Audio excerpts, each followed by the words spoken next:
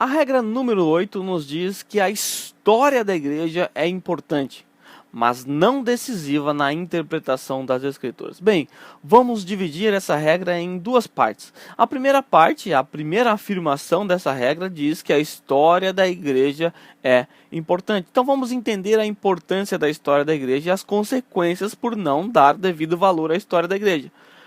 Se nós observarmos, a maioria dos cristãos modernos não conhecem a história da igreja. A grande maioria dos cristãos menosprezam a história da igreja. E isso é preocupante. Por quê? Porque se nós observarmos a história da igreja, nós veremos que ao longo da história, homens de Deus foram levantados para combater velhas heresias, velhos erros do passado. Então, se nós simplesmente atentarmos para a história da igreja, nós evitaremos de cometer erros que foram cometidos no passado.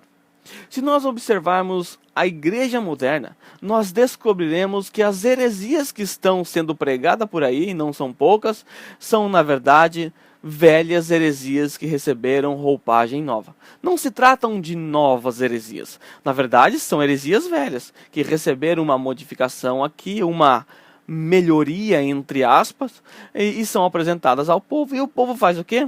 Abraça essas heresias, defende essas heresias. E por que essas pessoas fazem isso? Por simplesmente, além de não conhecer as Escrituras, isso é inquestionável. É claro que se essas pessoas conhecessem as Escrituras, elas não cometeriam tais erros, mas por não conhecer as Escrituras e a história da igreja, tais pessoas defendem heresias. Porque se essas pessoas atentassem para a história da igreja, descobririam que esta heresia que ela está defendendo é uma heresia que foi combatida na história da igreja, há séculos atrás. Por exemplo, se você observar, a maioria dos cristãos são semi-pelagianos. Quem é Pelágio? Pelágio foi um monge que foi rejeitado pela história da igreja, foi tratado como herege. E muitos hoje estão defendendo as doutrinas de Pelágio.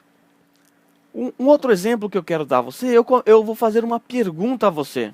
E você vai avaliar você mesmo para saber se também você não está menosprezando a história da igreja. Se você errar a resposta, isso significa que você não conhece nada de história da igreja e também você está tendo alguma dificuldade, uma dificuldade grave com relação às escrituras, porque também você não assimilou. Essa pergunta que eu vou fazer é uma pergunta básica. Preste atenção, básica, elementar. Sabe o que é uma coisa elementar? Uma coisa elementar é aquela coisa que você aprende no prezinho, aquele beabá, aquelas primeiras coisas que você aprende. Então essa pergunta que eu vou fazer agora é uma pergunta que exige uma resposta básica de você, uma resposta elementar, ou seja, todo cristão deveria saber. Por quê? Eu vou fazer uma pergunta a você, é uma pergunta relacionada a uma doutrina, não é uma doutrina difícil, não é a respeito da escatologia, não é a respeito de uma doutrina difícil, é a respeito da doutrina de Cristo.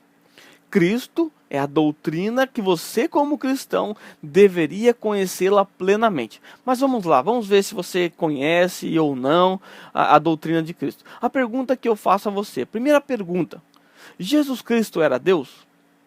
Bem, se você me disser que Jesus Cristo não é Deus aqui, eu já vou chamar você logo de cara de herege. Porque é isso que você é. Se você não entender que Jesus Cristo é Deus, você está abraçando a posição herética. Segunda pergunta que eu faço a você. Jesus Cristo era humano? Se você responder que Jesus Cristo não era humano, também lhe chamarei de herege. Agora, a outra pergunta que eu faço a você. A terceira pergunta que eu faço a você. Quem morreu na cruz? O homem Jesus ou o Deus Jesus? Você sabe que Jesus Cristo era Deus e você sabe que Jesus Cristo era homem, humano. Quem morreu na cruz? Jesus Cristo homem ou Jesus Cristo Deus? Qual é a sua resposta? Pense. Se a sua resposta foi Jesus Cristo homem morreu na cruz, você está abraçando uma posição herética. E você não está sozinho nessa. Muitos cristãos têm respondido a essa pergunta da mesma maneira que você respondeu. Que o Jesus Cristo homem morreu na cruz e não o Jesus Cristo divino. E ao responder isso, você se iguala aos hereges do passado, Nestório, Eutico, Apolinário. Você está se igualando aos hereges do passado. Dessa forma, fica claro que você precisa estudar as Escrituras. Por quê? Porque você não conseguiu responder uma questão elementar. Nós sabemos pela história da igreja e através das Escrituras, mas eu estou dando ênfase na história da igreja, não estou menosprezando a Escritura, então fique claro isso. Mas se você simplesmente conhecesse a história da igreja, você descobriria que estas questões foram tratadas em alguns concílios na história da igreja e ficou determinado e ficou claro que Jesus Cristo é plenamente humano e plenamente divino. Muitas pessoas, ao olhar para Cristo, tendem a fazer uma dicotomia, uma divisão entre as duas naturezas de Cristo. Por exemplo, Jesus realiza um milagre e as pessoas dizem, bom, agora é o Jesus Cristo Deus que está fazendo o milagre. Jesus Cristo prevê um acontecimento no futuro, bom, só pode ser Deus, então Jesus Cristo é Deus nesse momento. Agora Jesus Cristo sente fome, sente cansaço, sono, e as pessoas dizem, agora Jesus Cristo, homem que está sentindo essas coisas. Nós não podemos fazer tais distinção. Nós não podemos dividir a natureza de Cristo. Por quê? Porque Cristo é plenamente humano e plenamente divino. Ele não é 50% humano e não é 50% divino. Ele é 100% humano, ele é 100% divino. E nós não podemos fugir disso. Qualquer coisa que saia disso aqui o coloca na posição de herege. Então qual seria a resposta correta? Que resposta correta você daria se conhecesse a história da igreja? Se você conhecesse as Escrituras e a história da igreja, você responderia: quem morreu na cruz foi Jesus Cristo, o Deus homem. O Deus homem morreu na cruz. Quem realizava os milagres? O Deus homem realizava os milagres. Quem sofreu naquela cruz? Quem sentiu dor naquela cruz? O Deus homem sentiu dor. Quem sentiu cansaço? O Deus homem. Você não pode dividir a natureza de Cristo. Isso aqui é coisa básica, é coisa elementar. Repito, se você simplesmente conhecesse a história da igreja, você não cometeria um erro grosseiro. É um erro grave, é um erro a respeito da doutrina do seu próprio Senhor. Isso significa que você nem sequer conhece o seu Senhor. E isso é uma coisa muito triste e vergonhosa. Se você não acertou essa resposta, sinta-se envergonhado. Tenha vergonha porque você não conhece as doutrinas daquele que você professa ser o seu Senhor.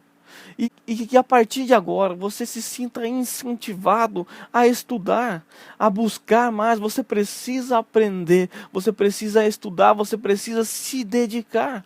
Você precisa gastar menos tempo com coisas secundárias para gastar mais tempo com o seu Senhor, estudando a respeito do seu Senhor. É um incentivo que eu quero dar a você. A regra número 8, a primeira parte dela nos diz: a história da igreja é importante, nunca se esqueça. Ela é importante, estude a história da igreja, é a sua própria história. Ela lhe ajudará muito. Agora, a segunda parte da regra nos diz que ela não é decisiva na interpretação das Escrituras. Por que ela não é decisiva? Porque a história da igreja, na verdade, são relatos históricos de homens que viveram. E todos os seres humanos, exceto o Senhor Jesus Cristo, que veio viver aqui na terra, exceto o nosso Senhor Jesus Cristo, todos os outros homens são pecadores, são corrompidos e erram. Então você tem que tomar muito cuidado, porque a sua regra de fé não pode ser a história da igreja. Ela é importante, mas ela não pode ser decisiva na interpretação das Escrituras. Ela não pode dar o último aval em qualquer questão. As Escrituras é que devem dar esse aval. Por quê? Porque homens no passado erraram. Por exemplo, se você olhar para a história da igreja, você vai perceber que houve Inquisição, houve as Cruzadas, e nós não concordamos com tais fatos. Nós não concordamos com isso que aconteceu na história da igreja, com esses fatos históricos. Portanto, nós não vamos usar esses fatos lamentáveis da história da igreja, fatos de homens que erraram na história da igreja, para criar doutrina em cima disso. Nós não podemos nos fundamentar sobre isso. O que a história da igreja é? A história da igreja nada mais é do que uma ferramenta que lhe ajudará a evitar velhos erros do passado, vai te ajudar nisso. Mas ela não pode ser a sua regra de fé decisiva. Se nós olharmos para a Igreja Católica ela tem a tradição da igreja como a sua regra de fé. Primeiro, como nós já vimos, vem o Papa, depois vem a tradição da igreja, a história da igreja e depois as Escrituras. Ou seja, para a Igreja Católica, a tradição é superior às Escrituras, por isso que eles acrescentam coisas, por isso eles acreditam em coisas que não estão nas Escrituras. Por quê? Porque as Escrituras estão em último lugar na sua regra de fé. Nós, como cristãos, temos as Escrituras e unicamente as Escrituras como nossa regra de fé. Por isso nós defendemos só a Escritura, somente as Escrituras. E nós não temos outra regra de fé. O pastor não é a nossa regra de fé. A história da igreja não é a nossa regra de fé. Ela é importante, mas ela não é decisiva na nossa interpretação. Então nós temos a tradição da igreja, a história da igreja que é importante, mas não decisiva. Mas nós cristãos modernos também, protestantes, nós estamos criando também alguns tipos de tradições, tradições que não fazem nem parte da história da igreja ou tradições que fazem parte do romanismo, do catolicismo romano. E nós também devemos tomar devido cuidado. Um exemplo que eu quero dar, há um tempo atrás, há uns 10 anos atrás, quando eu fui visitar uma igreja protestante, o nome da igreja, que se denomina protestante, nesse culto, um casal foi chamado à frente. Esse casal teve um filho recentemente, uma criança ainda. Esse casal com a criança foi chamado à frente, e logo em seguida chamaram mais um casal, sem filho. Um casal que não tinha filho, foi à frente sozinho. Eu ali tentando entender o que estava acontecendo. E de repente, aquele pastor, ele disse o seguinte, que aquele casal que estava ali à frente estava para apadrinhar a criança, o filho daquele casal. Eu olhei aquilo e falei, o que estão fazendo com a igreja? O que é isso? Eu fiquei tentando entender, eu fiquei meio perdido. Eu olhei para a placa da igreja, será que eu estou no lugar certo? Aí eu fui questionar essa questão e entender por que estavam fazendo aquilo. Ou seja, estavam pegando uma tradição romanista, uma tradição católica romana, e aplicando à igreja protestante. Ou seja, isso não faz o menor sentido. E eu fui questionar na época. A resposta que me deram foi que isso era simplesmente uma tradição que tinha vindo do pastor anterior. Ou seja, o pastor anterior pegou essa tradição, enfiou ela na igreja, implantou ela dentro da igreja, e o outro que assumiu nem sequer avaliou coisa nenhuma, manteve a tradição. E muitos cristãos na igreja atual creem em coisas e nem sabem por que creem, simplesmente porque o pastor crê, simplesmente porque o pastor desse pastor creu um dia e ele aprendeu aquilo, e ele ensinou aquilo, e você aprendeu isso e você está ensinando isso. Você nem checa na história da igreja, você nem checa nas escrituras. Nós protestantes estamos criando nossas tradições particulares também. Outro exemplo, aqui no Japão, infelizmente, mulheres de pastores recebem o título de pastora. É lamentável porque, se nós olharmos para as escrituras, nós descobriremos que o título de pastor não é como um título de rei. O título, quando alguém é rei, automaticamente a sua esposa é rainha. Quando alguém se torna pastor, quando alguém é levantado como pastor, a sua esposa não se torna pastora automaticamente. Isso aqui é uma vergonha. Nós não podemos dar um título que na verdade é um dom que Deus concede a uma pessoa que simplesmente é a esposa do pastor. Como que eu devo chamar a esposa do pastor? De irmã. Ué, como você chama o filho, como você chama qualquer outro irmão. Por quê? Porque ela não é pastora. Ela é simplesmente a mulher do pastor. Mas aqui no Japão, infelizmente, há essa tradição. Eu não sei de onde eles tiraram isso, em que as mulheres dos pastores passam a ser chamadas de pastoras. Outra coisa que acontece aqui no Japão é atribuir o título de missionário às mulheres dos pastores. Ou chamam de pastora, ou chamam de missionária. Isso também está equivocado. Por quê? Porque se você observar, essas mulheres de pastores, a grande maioria delas não conhecem o idioma, não conhece a cultura, não sabe nada, não tem nenhum projeto missionário aqui, não tem nenhuma visão missionária para nada. São simplesmente esposas de pastores e recebem o título equivocado de missionária. Esse título não pode ser dado porque nem sequer fazem missão. Então é uma tradição que as igrejas protestantes aqui no Japão têm abraçado, têm aderido, têm abraçado. Então nós devemos tomar cuidado com a tradição. Então lembre-se, a história da igreja ela é importante, não menospreze. Estude, busque a sua própria história. Ela é importante, mas ela não é decisiva na interpretação das Escrituras. As Escrituras em primeiro lugar, depois a história da igreja.